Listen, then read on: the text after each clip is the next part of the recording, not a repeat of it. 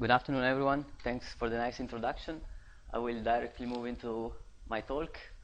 So I will start with a brief introduction of the topic. Then I will describe the system that we designed, namely a CMOS chip, featuring also a monolithic integration of an array of gold nanowires. Then I will show some preliminary results that we achieved with this fabricated system, and finally we'll draw some conclusion and give a brief outlook. So I would like to start by answering a couple of questions. The first one is, why do we want to use nanowires? There are mainly two reasons for that. One is that when you go to the nanoscale, like it's sketched in this figure here, most of the electrical properties of the wire are actually given by the atoms at the surface. That means that whatever is absorbed over the surface of the wire will strongly affect the electrical behavior of the nanowire. And this, in turn, results in very high sensitivity. The second reason is that the nanowires that are normally used and that we also use, and the biomolecules that are targeted to be detected, like DNA or proteins or viruses, are on the same size scale. So this is a perfect match. And in our case, specifically, we use gold nanowires.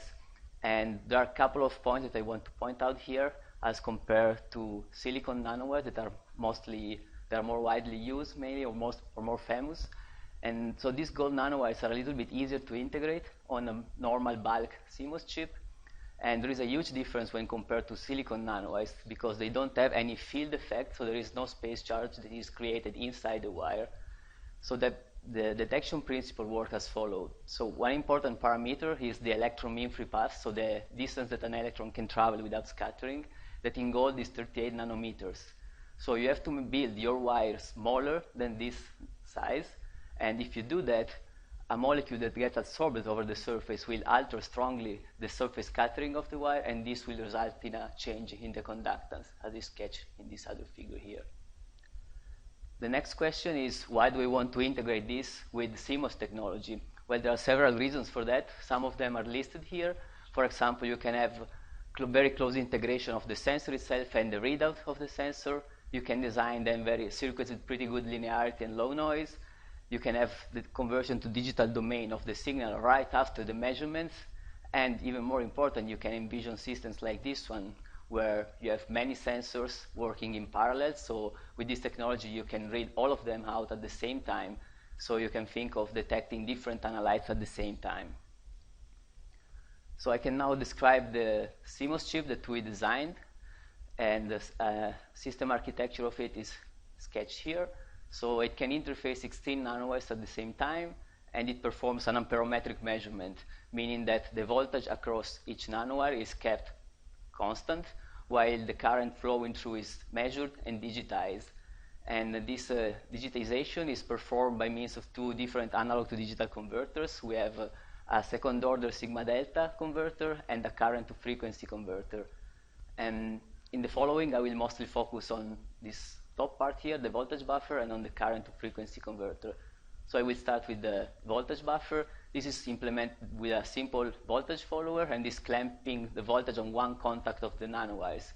And the op-amp that I'm using for this circuit is based on a circuit that is represented here using a Class AB output stage and an architecture that uses local common mode feedback implemented by these two resistors here.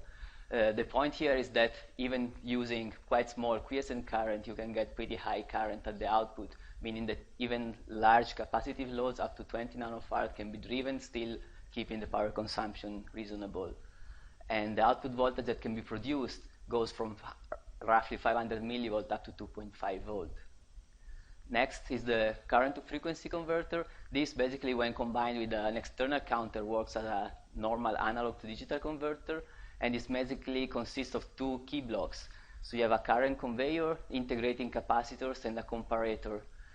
The current conveyor that you have at the input is clamping the voltage on another contact of the wires, this voltage here, and is driving the measured current into the integrating capacitors. So the voltage that is resulting from the integration of this current is compared with a reference voltage in the comparator. And whenever this reference is crossed, you have a pulse that is generated at the output. The duration of this pulse is prolongated by this inverter chain.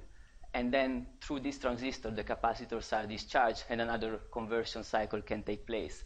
So as a result, you get train pulses at the output, each having the same time width, and the frequency of this pulse train is encoding your signal.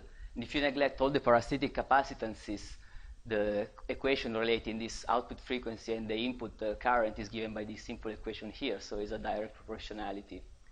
In our design, we have 3 integrating capacitors that can be digitally selected, and this gives 3 current ranges that can be measured, ranging from roughly 50 picoampere up to 3 microampere. So the chip has been fabricated in a standard 0.35 micron CMOS technology. It has an area of 3.4 times 4 square millimeters, and it has a maximum power consumption of 35 milliwatt. Concerning the resolution, the best result is achieved with the sigma delta converter, and is of 13 bits in the plus minus 2 microampere range, while with the current to frequency converter, you can get a maximum resolution of 10 bits in the range of 10 to 400 nanoampere. And what I would like to point out here is that if you look at the micrograph of the chip, you will see the circuitry that I've been talking about up to now here in the bottom part, and all this pretty big area here, that is the one that is used for the patterning of the gold nanowires over the chip itself. So what you see actually is 16 couples of contacts. They are platinum contacts that are deposited on chip in a post-processing phase. And per contact pair, different number of parallel wires can be patterned, as can be seen in this picture here. So if you would zoom in here, you will see a picture like this, where what you see here are actually 150 gold nanowires in parallel, and they are patterned over the chip using E-beam and liftoff. And this number of parallel nanowires can be chosen during the fabrication, basically. It goes from 150 down to 1. And the size of these nanowires is, as you see here, is 31 times 11 nanometer in cross-section, and the length is 380 micron. So we are at the edge of the electron mean free path. So after that, I can come to the first measurement result that we got. So this is a measurement that was performed in air, just to verify the integration of the wires and the behavior, or the correct behavior of the CMOS chip. So what we wanted to verify is that these wires actually perform as resistors, so they have an ohmic behavior. And so we just sweep the voltage across each wire and measure the current. So as expected, the behavior is ohmic, so these wires actually behave as resistors. And both ADCs were used for these measurements, both the current to frequency converter and the sigma delta converter.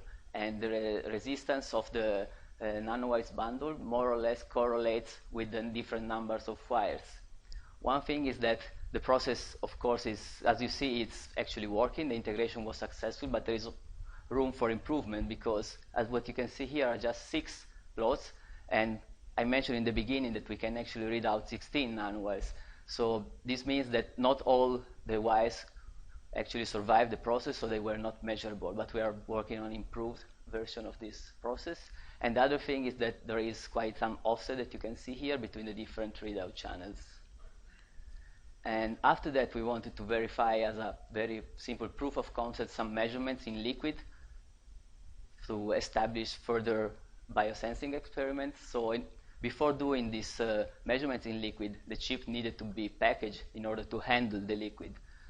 So the whole chip was covered with a 5 micron thick SU8, except the nanowire array area. Then a glass ring was glued over the PCB in order to contain the liquid. And then the bonding wires were covered with epoxy. So as you can see here, everything is protected except the nanowires array area here. So what we did as a first measurement is use a liquid solution of 150 millimolar of sodium chloride, and we placed a silver chloride reference electrode inside the liquid, and we applied the voltage difference of plus minus 500 millivolts between the reference electrode and the nanowires, the gold nanowires. So what happens is that when you apply plus 500 millivolts, you actually absorb the chloride ions over the surface of the nanowire. This results in a decrease, basically, of the effective cross-section of the wire, meaning that the resistance is increased, while when you apply minus 500 millivolts, you have the the absorption of the sodium ions. So you have the opposite effect, so the resistance decreased. And the change in the resistance is not that high, it's on the order of 2%, but as I mentioned before, the wires that we are using are smaller than the electron beam free path of gold, but at the edge, so we are trying to make them even smaller, so we expect to see a higher change in the resistance. And two more things, so these measurements were performed with the current to frequency converter using 40 parallel nanowires, and one important point is that you shouldn't exceed the plus minus 800 millivolt, because otherwise the process will not be reversible anymore. You will have this solution of gold. So this brings me already to the conclusion. So we have demonstrated the monolithic integration of a CMOS chip with both readout circuitry and an array of gold nanowires. The fabrication of the gold nanowires over the chip was mostly successful, and we verified the resistive behavior, and also a first resistance change in the liquid was measured. We could compare in silicon two different ADCs architectures, and as expected from the theory, the sigma delta converter provides higher resolution, but at the cost of higher complexity, mainly in terms of silicon area, power consumption, and the coding of the output signal is also more complex. Whereas the current to frequency converter, of course, provides lower resolution, even if was successfully used in the measurements, but can achieve smaller area and less power consumption. So it might be a suitable candidate for more complex systems where a large number of readout channels are needed. For the future, we plan to build or integrate actually a microfluidic channel over the nanowire area using SU8 and PDMS, and we want to perform more elaborated biosensing experiments. Our target is to detect proteins at low concentration, and for that we are currently working on the functionalization of the nanowires using diodes. And with that, I would like to acknowledge the Swiss research initiative Nanoterra for funding this project, and all of you for your